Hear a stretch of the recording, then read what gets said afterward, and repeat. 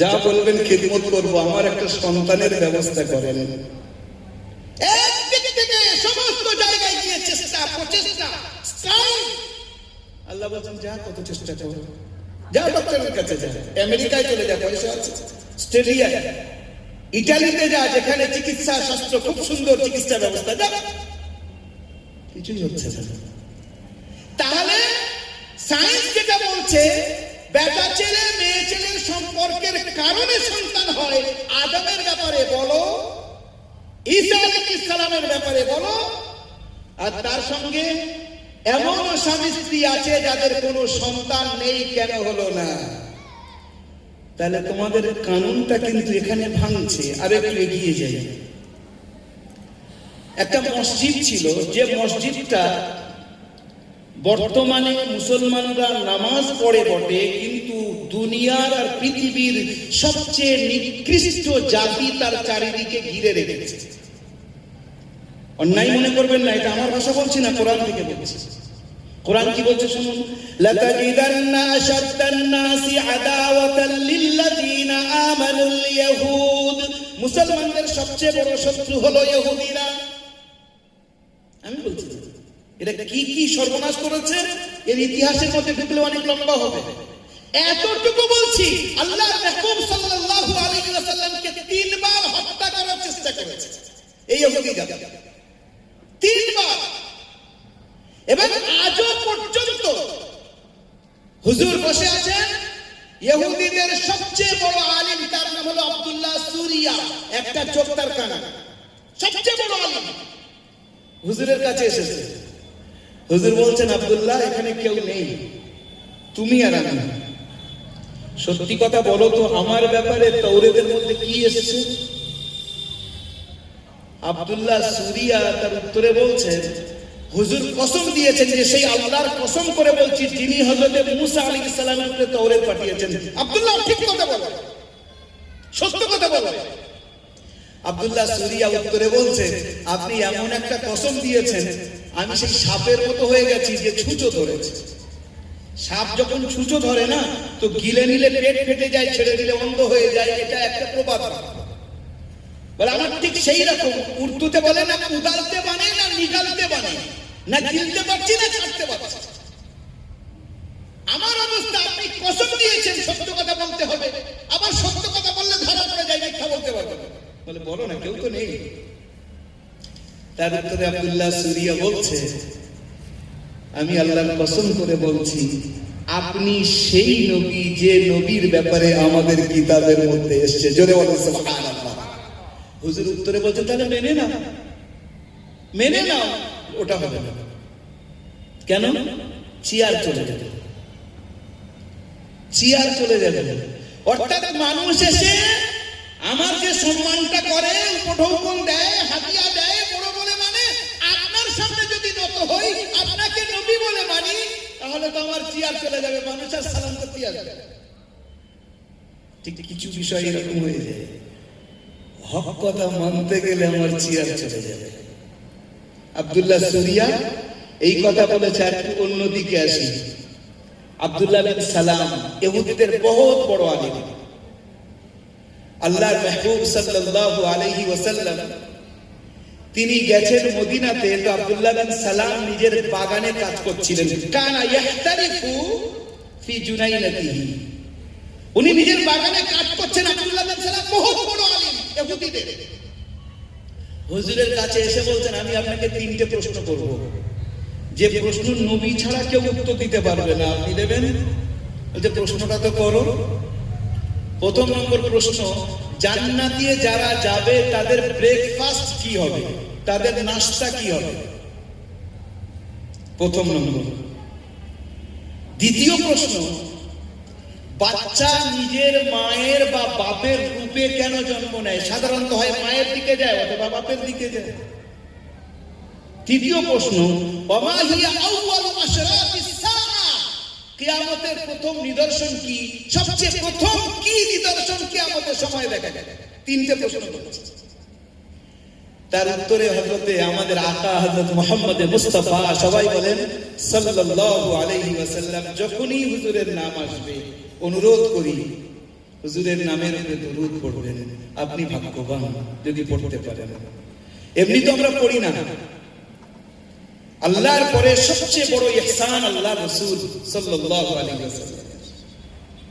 তার নাম আসলে কৃপণতা করব না, জবান থেকে একবার বলবো সাল্লাল্লাহু আলাইহি ওয়াসাল্লাম। এইটা কিয়ামতের দিনে এর লাভটা বুঝে আসবে।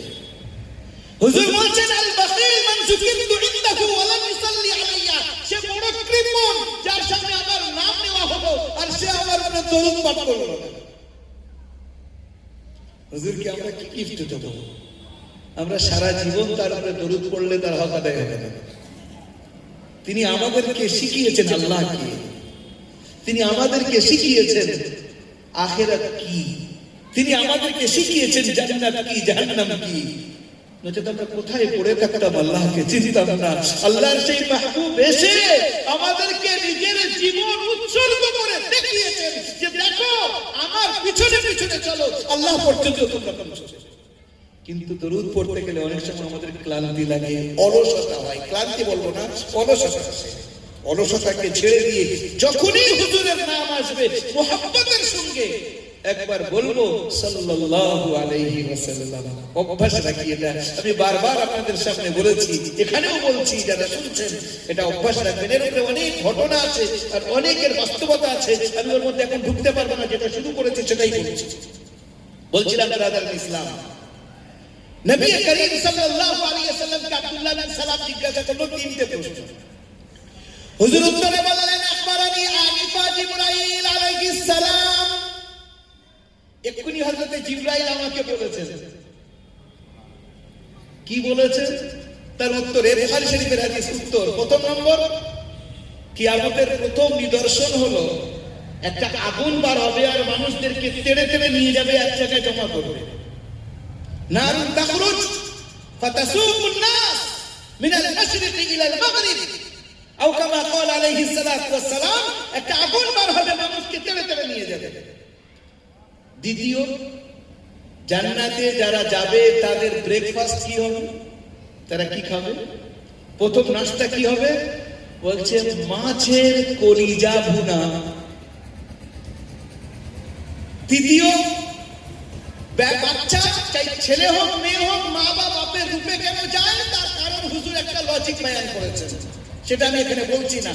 সে লজিকের মধ্যে যাওয়ার এক্ষুনি দরকার নেই। বাস এতটুকু, আব্দুল্লাহ বিন সালাম ওখানে দাঁড়িয়ে বলছেন আশহাদু আল্লা ইলাহা ইল্লাল্লাহ ওয়া আশহাদু আন্না মুহাম্মাদান আবদুহু ওয়া রাসূলুহু। ওই জায়গায় ওই ইহুদি আলিম কালিমা পড়ে মুসলমান হয়ে গেছে। জোরে বলো সুবহানাল্লাহ।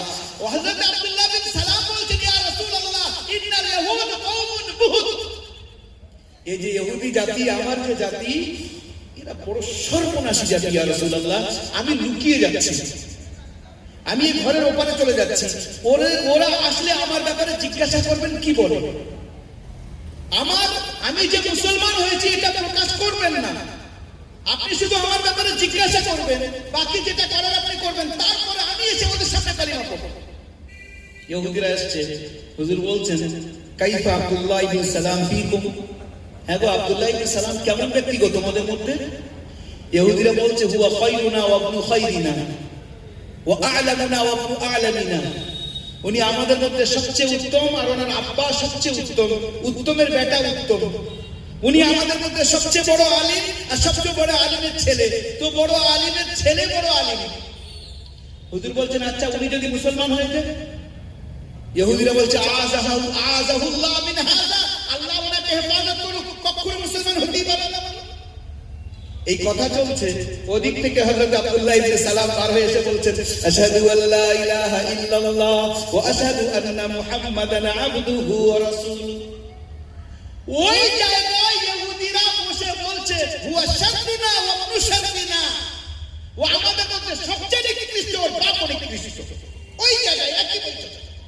আমার তৈরি করা কোনো জুমলা না, এটা বুখারী শরীফে এই শব্দ আছে যেটা আমি আপনাদেরকে শোনাচ্ছি। এই সেই জায়গা। কবে থেকে শুরু করেছে এটা? হুজুরের জীবন থেকে হুজুরকে হত্যা করার আপ্রাণ চেষ্টা করেছে। হযরত নবী করিম সাল্লাল্লাহু আলাইহি ওয়াসাল্লামের একজন স্ত্রী ছিলেন, হযরত সাফিয়া রাদিয়াল্লাহু তাআলা আনহা। ইনি একটা ইহুদি সর্দার এবং বাদশার মেয়ে। তার নাম কি?